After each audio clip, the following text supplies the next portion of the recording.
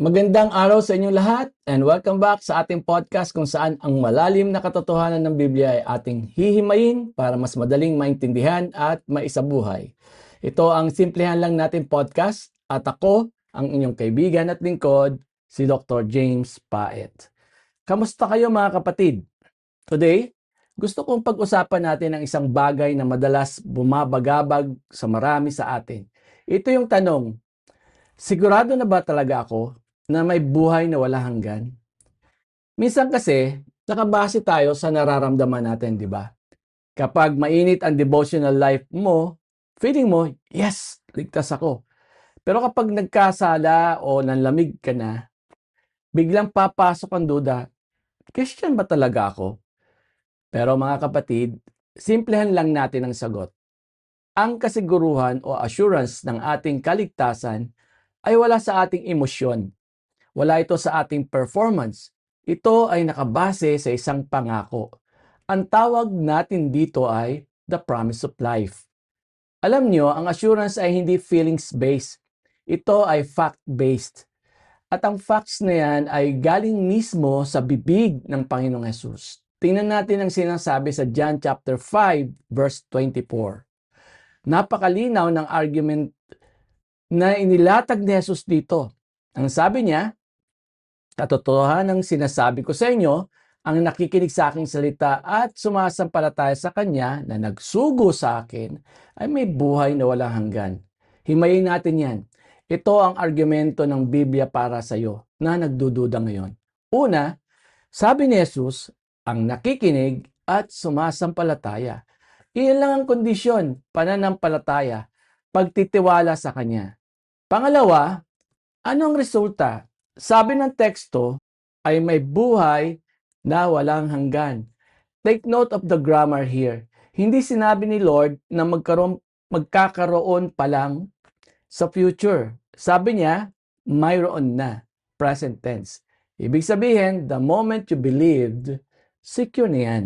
At ito ang matindi. Dinugtungan pa niya. At hindi na hahatulan, kundi lumipat na sa buhay mula sa kamatayan. Kaya mga kapatid, kung ikaw ay nananampalataya kay Kristo at nagdududa ka pa rin kung ligtas ka, tanungin kita, sino ba ang pinagdududahan mo? Kapag sinabi mong, hindi ako sure kung ligtas ako kahit naniwala na ako kay Jesus, para mo na rin sinabi na, Lord, hindi ako sure kung totoo ang sinabi mo sa John chapter 5 verse 24. You see, doubting your salvation creates a problem. It actually questions the integrity of God's Word. Ang basihan ng assurance natin ay hindi yung bait natin ngayong araw, kundi yung katotohanan ng sinabi ng Diyos. At hindi lang yung one-time statement, paulit-ulit yung pattern sa Gospel of John. Sa John chapter 6 verse 35, ginamit ni Jesus ang imahe ng pagkain at inumin.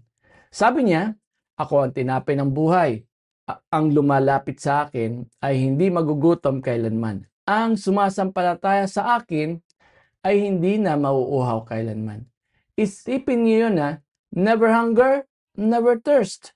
Kung mawawala ang kaligtasan mo, di nagutom ka ulit. Nauhaw ka ulit. Pero pangako niya, hindi na. The satisfaction and security are permanent. Sa John chapter 11 verse 26, sabi niya, ang bawat nabubuhay at sumasampalataya sa akin ay hindi mamamatay kailanman. Napakalinaw ng pattern. God promised life. We believe the promise. We get the life. Tapos ang usapan. Ngayon, may mahalagang punto tayong dapat intindihin.